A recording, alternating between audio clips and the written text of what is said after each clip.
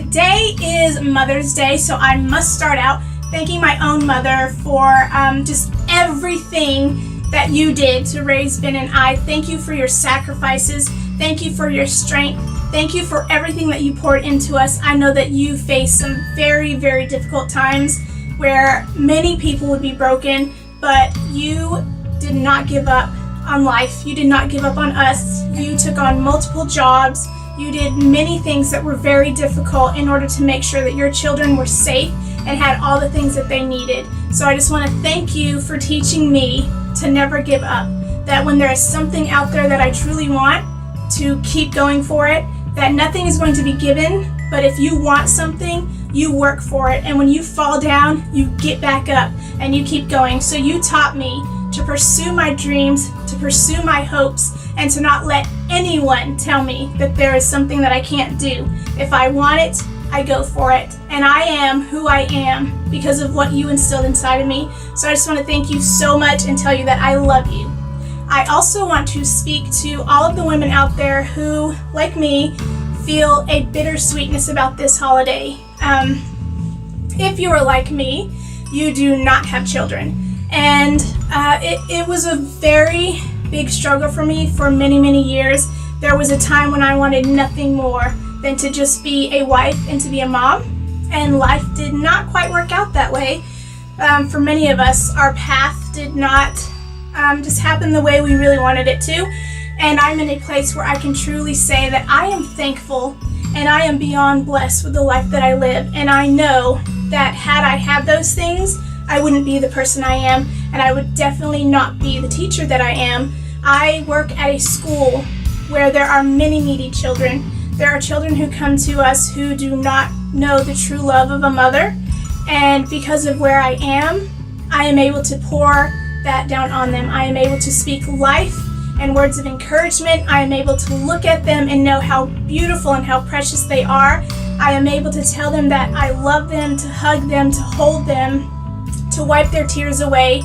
And so where I wanted 1 or 2 kids, God blessed me with 40 kids that I get to love on every single year. And that is one of the greatest blessings I could ever ask for.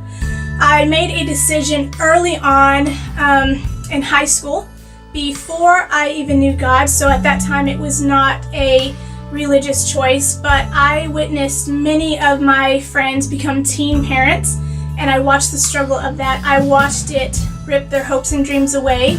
If you are a teen parent, you know the sacrifice and the strength that it takes to be able to do that and continue pursuing your own dreams. But where I was at that time, I just watched the destruction of so many of my friends' lives because they made that choice.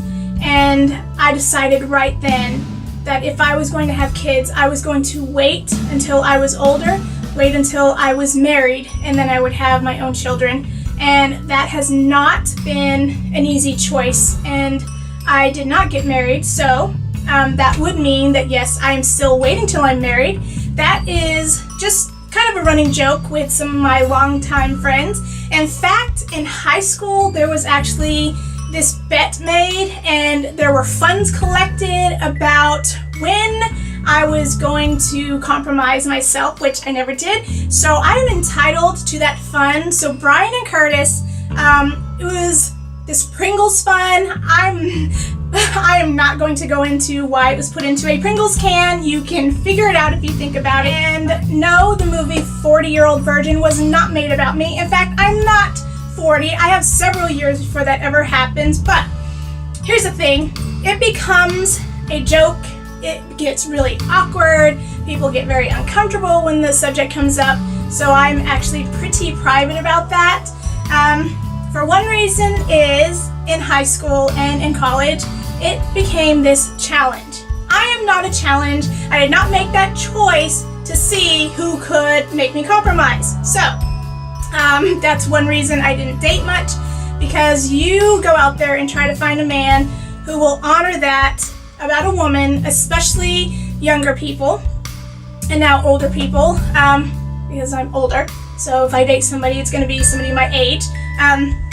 But I'm not looking, so just put that out there. I am completely happy being an independent woman, enjoying life as a single woman, and there's nothing wrong with that. I have also watched people that as they got older, they became very lonely. And because of that, they stepped into a marriage that they didn't wait long enough to see if that was their life partner, if that was their healing partner, if that was the one that God had meant for them. And because of that, they honor the commitment, but I've seen the struggle it's in. And I'm personally not willing to put myself in that situation. I believe that if God has somebody for me, He will bring them to me. I don't need to go out and search for them. And that's just a personal choice. I know there are many, many different views. If you went to a website or something like that and met your mate, then more power to you. Blessings upon you. But I believe that when that person is going to come into my life, then He will. And He will honor me and He will respect my decision.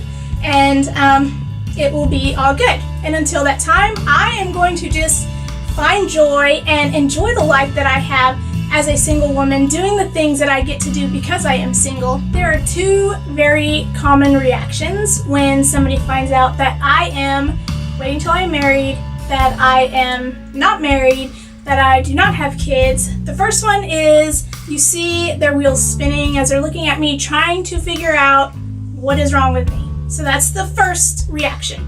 The second reaction is, are you gay? Are you embarrassed about it? Are you still in the closet?